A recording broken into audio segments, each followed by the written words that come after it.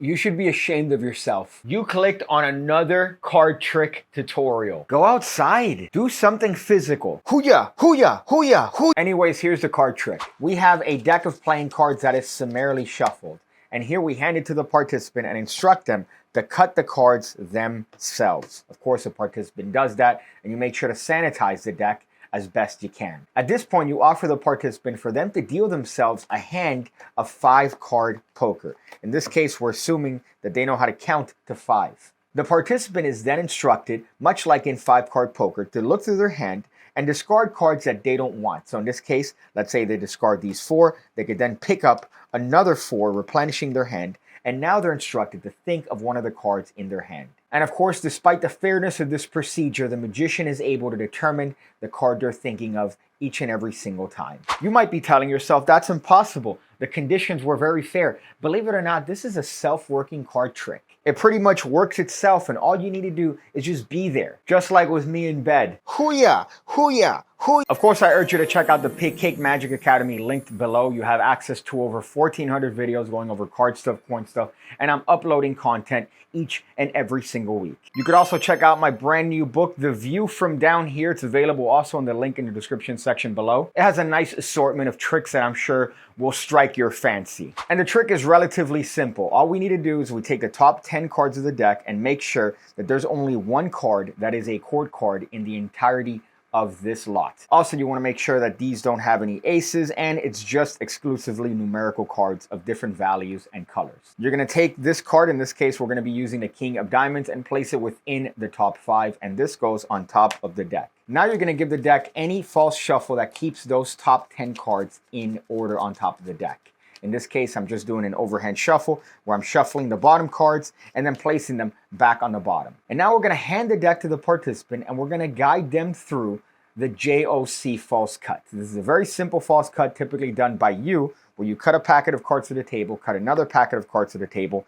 and cut the remaining packet and regroup the cards like this. That actually does nothing to the deck. Hoo-ya, hoo-ya, hoo. So you could guide them through the cut. You could tell them to take the cards and cut them on the table, take a third, take another third, cut it to the table in the middle, cut another third, place it to the side, and now have them regroup the cards from left to right, and it doesn't change the order of the cards. As a matter of fact, oddly enough, if we guide them through this process and they regroup the cards like this, it seems like you just undid what you did, even though that technically is a real cut. And now we're just going to have them deal through a hand of poker, in this case 5-card draw. They're going to deal 5 cards themselves, and they're going to look at their hand. Now, of course, in this case, they do have a matching pair, but that doesn't matter. We're going to have them look at their hand, and we're going to have them discard whichever card they don't think is going to help them out. In this case, it doesn't take a genius for me to want to keep the king and discard these 2 cards, picking up another 2. Now, the participant doesn't necessarily need to know the rules of poker to know that the king is a good card to keep in your hand. And you could even guide them to that effect by saying in poker, typically you're given the option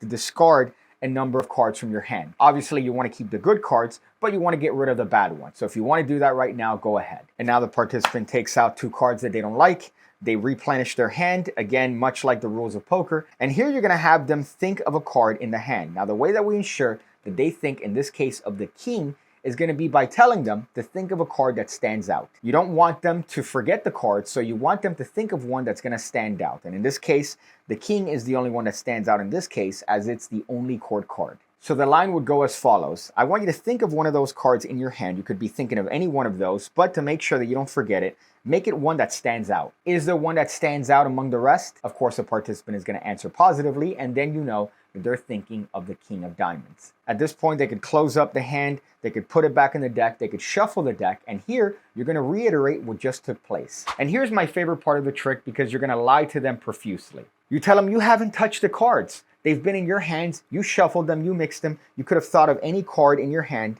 and now you just have one card in mind. Of course, we've remapped the actual proceeding of the trick where that never actually took place, but they're going to remember that taking place because we told them what to think. We're inside of them. So by recounting this tale in that way, the participants get a false memory as to what took place, and they actually misremember shuffling the cards and mixing them up from way before that actually took place. And now they're thinking of a card that you happen to know. So you could reveal this card in whatever way you want, and keep in mind that because it's a force card, technically you could have this as a prediction from beforehand. So this goes deep. You could choose to just reveal it to the participant and let them know through some sort of poker face. Oh, you're thinking of a red card. I see that because you twitched in your eyebrow, and I know that's not the fentanyl. Too soon? Also, I could tell it's a diamond because the way your face is shaped right now, you're trying to get me not to think that it's a diamond, but I could see that it's a diamond, and I could definitely see that it's a high card. How about you think about it?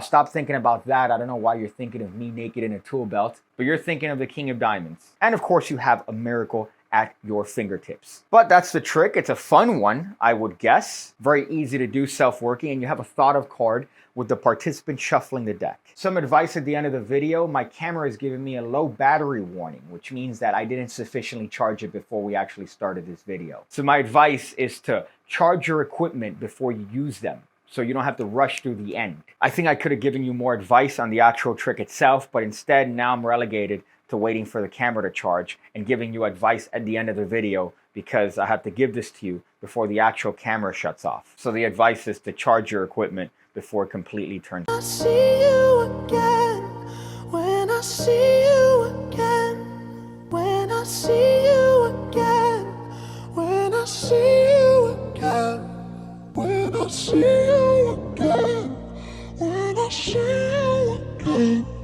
when I see you again, when I see